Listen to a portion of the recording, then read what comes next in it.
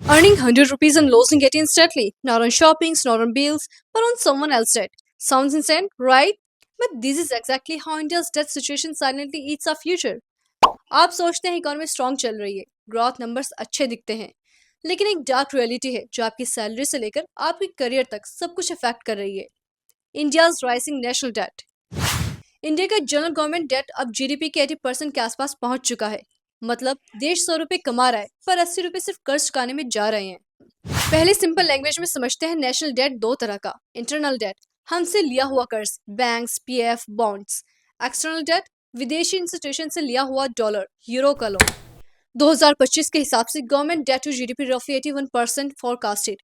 External debt $736 billion, GDP का लगभग 19%।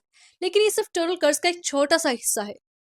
सबसे डेंजरस पार्ट क्या है? इसका सीधा नुकसान आम लोगों को होता है। Interest burden. सरकार जो हर 4 रुपए खर्च करती है उसमें 1 रुपए सिर्फ इंटरेस्ट चुकाने में डूब जाते हैं। इसका मतलब कम पैसे स्कूल्स के लिए, कम पैसे हॉस्पिटल्स के लिए, कम पैसे जॉब्स क्रिएट करने वाले सेक्टर्स के लिए।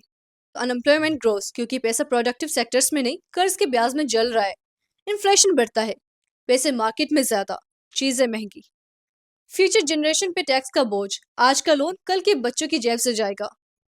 ना द क्वेश्चन इज क्या इंडिया श्रीलंका बन रहा है? नहीं, क्योंकि हमारा डेट मोस्टली इंटरनल है, ग्रोथ अभी भी स्ट्रांग है, फॉरेक्स रिजर्व बैंक मजबूत है। लेकिन डेंजर तब होता है जब कर्ज जीडीपी से तेज बढ़ता रहे, और इंडिया अब उस जोन में एंटर कर चुका है जहां फिजिकल डिसिप्लिन ऑप्शनल नहीं, अर्जेंट है।